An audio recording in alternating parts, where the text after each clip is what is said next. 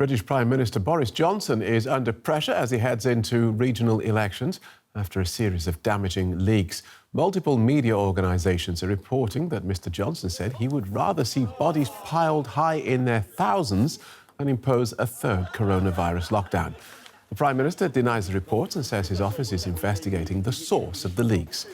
Now, this follows allegations of corruption made by his former chief advisor, who claims Mr Johnson asked Conservative Party donors to pay for the refurbishment at his official residence.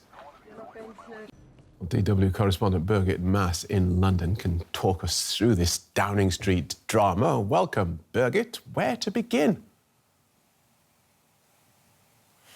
Well, quite some extraordinary developments, Phil, over the last weeks and days, when one of the Prime Minister's most trusted advisors, Dominic Cummings, practically the mastermind behind his Leave strategy, the Brexit strategy, that was ultimately responsible for Boris Johnson becoming Prime Minister.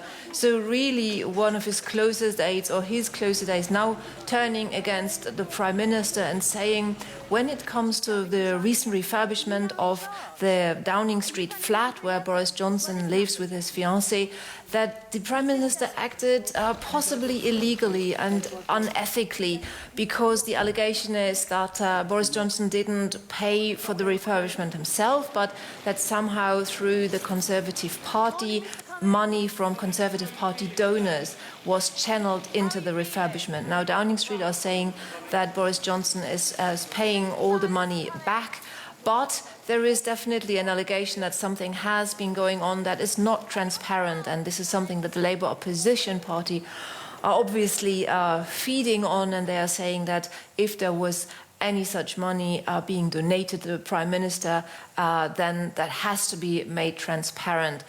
And of course, the other comment about the bodies piling up high in connection with coronavirus, that also doesn't go down well at the moment with the British public as well, may I say. So is this likely to have any consequences for Mr Johnson? Well, it doesn't look good, because the next week we are having local elections, Scottish elections for the Scottish Parliament. So it does give the Conservative Party quite a lot of headache at the moment, and they will see if their polls are dropping as a result of this.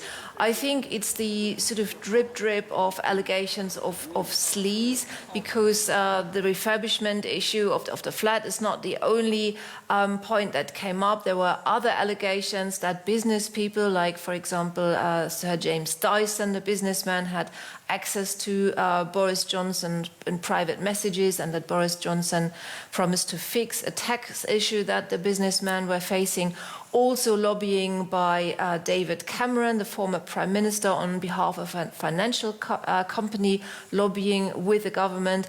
And so there are quite a few allegations that are beginning to, the people are beginning to notice it. But I think the most worrying one for the in the eyes of the British public, I would think, are the remarks, the alleged remarks of Boris Johnson when it comes to the victims of the coronavirus crisis.